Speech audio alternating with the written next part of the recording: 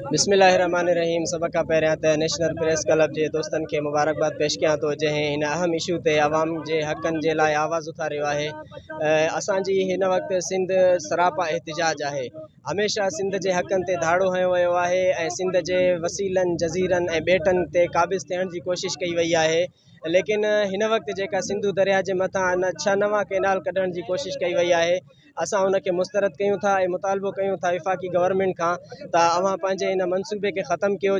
जेकॾहिं सिंधु दरिया तां इहे 6 कैनाल निकिता त असांजो सिंध बंजर बणिजी वेंदो। वक़्त सिर आबादगारनि खे, हारियुनि खे पाणी नथो ॾिनो वञे। ॿिज भाण महांगा लॻा पिया आहिनि, महांगाई ते कंट्रोल न थी सघियो आहे। ऐं वरी विफ़ाक़ सां मिली करे सिंध हुकूमत सिंधु दरिया जे मथां हिकिड़ो धाड़ो हणाए करे 6 नवां कैनाल कढाए थो।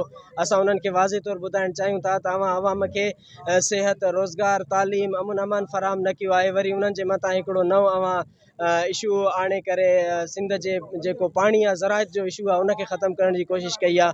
असां हिनखे मुस्तरद कयूं था। असां मुतालबो कयूं था विफ़ाक़ी गवर्नमेंट खां त पंहिंजे हिन फ़ैसिले खे वापसि वठे।